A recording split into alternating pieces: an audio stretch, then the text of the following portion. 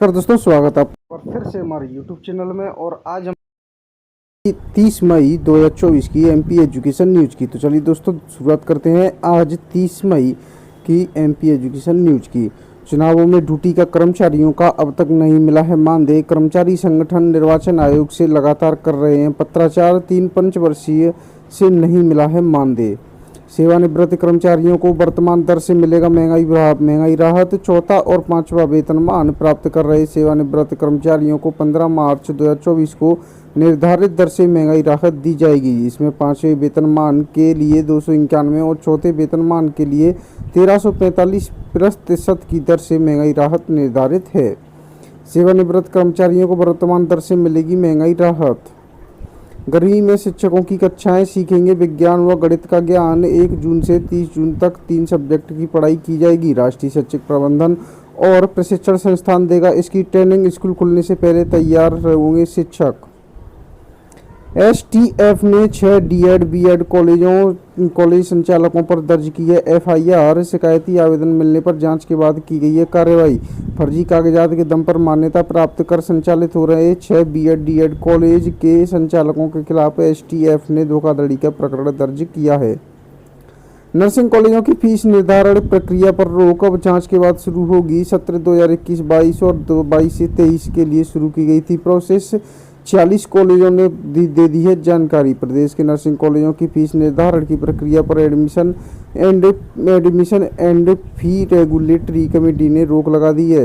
एएफआरसी द्वारा सत्र 2021-22 और सत्र 2022-23 के लिए फीस तय करने की प्रक्रिया शुरू की गई थी, लेकिन अब हाई कोर्ट ने सूटेबल पाए गए करीब 169 नर्सिंग कॉलेजों को दोबारा जांच सीबीआई से कराने का आदेश दिया है। पीजी में प्रवेश के लिए नियम बदला पर ई प्रवेश पोर्टल का सॉफ्टवेयर नहीं बदलवाया। असर एडमिशन होल्ड किए गए हैं। इससे कैसा सिस्टम है, छात्रों और कॉलेजों को अंधेरे में रखा। सीट अलॉटमेंट न करने की वजह अभी तक नहीं बताई है।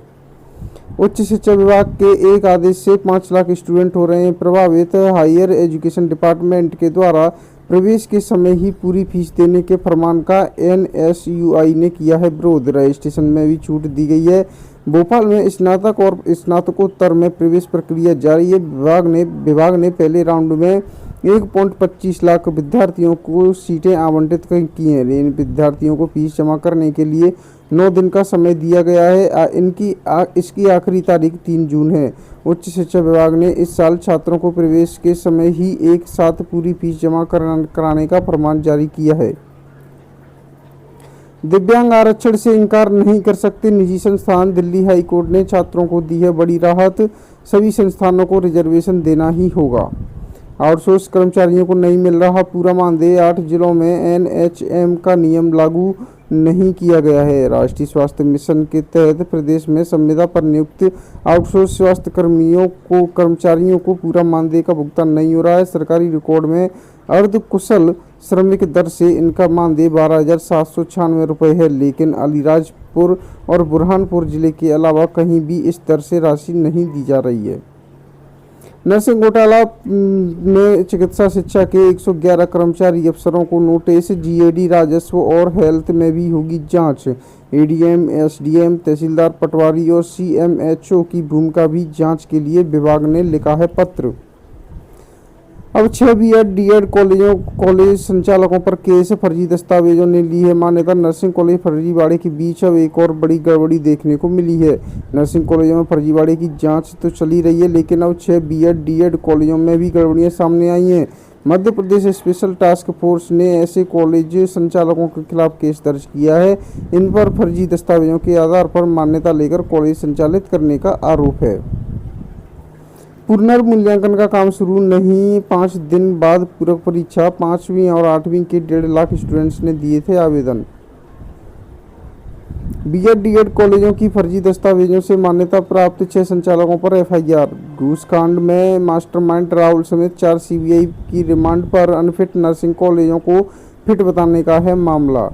निजी स्कूलों की मनमानी पर नकेल। वापस मिलेगी फीस। काश हमारे कलेक्टर ऐसा कुछ कर पाते। किताबों के नाम पर कैसे लूटते हैं पालक। जबलपुर कलेक्टर की निर्णय की पूरी प्रदेश में हो रही है सराहना। 66 नर्सिंग कॉलेजों को मान्यता देने वाले 111 अधिकारी कर्मचारियों को नोटिस। संबंधित कॉलेजों में इंफ्रास्ट्रक्चर और फैकल्टी तक नहीं है। राजस्व और स्वास्थ्य विभाग के अफसरों की भूमिका भी संदिग्ध है, इनकी भी होगी जांच। पीजी में प्रवेश लेने वाले छात्र कल से भर सकेंगे फीस। उच्च शिक्षा विभाग खुद ही नहीं कर रहा काउंसलिंग शेड्यूल का पालन। कार्यप्रणाली पर उठ रहे हैं सवाल, परेशान होते रहे हैं छात्र। उच्च शिक्षा विभाग काउंसलिंग शेड्यूल खुद ही पालन नहीं कर रहा है, जिससे उसकी कार्यप्रणाली पर सवाल उठ रहे हैं। ऑनलाइन चल रही प्रवेश प्रक्रिया के तहत पहले चरण में बुधवार को स्नातकोत्तर पीजी की सीटों का आवंटन होना था। सरकार ने जबरिया किया रिटायर, तो बचे हुए कार्यकाल का भी करना होगा भुगतान। नो वर्क नो पे की नीति के खिलाफ होगा भुगतान। कैबिनेट में ले जाने की है तैयारी।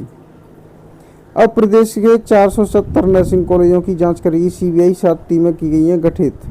प्राइवेट स्कूल एसोसिएशन ने प्रमुख सचिव को सौंपा ज्ञापन। मध्य प्रदेश निजी विद्यालय फीस और संबंधित विषयों का विनियमन नियम 2020 की विसंगतियों का निराकरण करने के लिए प्रमुख सचिव स्कूल शिक्षा को प्राइवेट स्कूल एसोसिएशन द्वारा 7 बिंदुओं का एक ज्ञापन सौंपा है।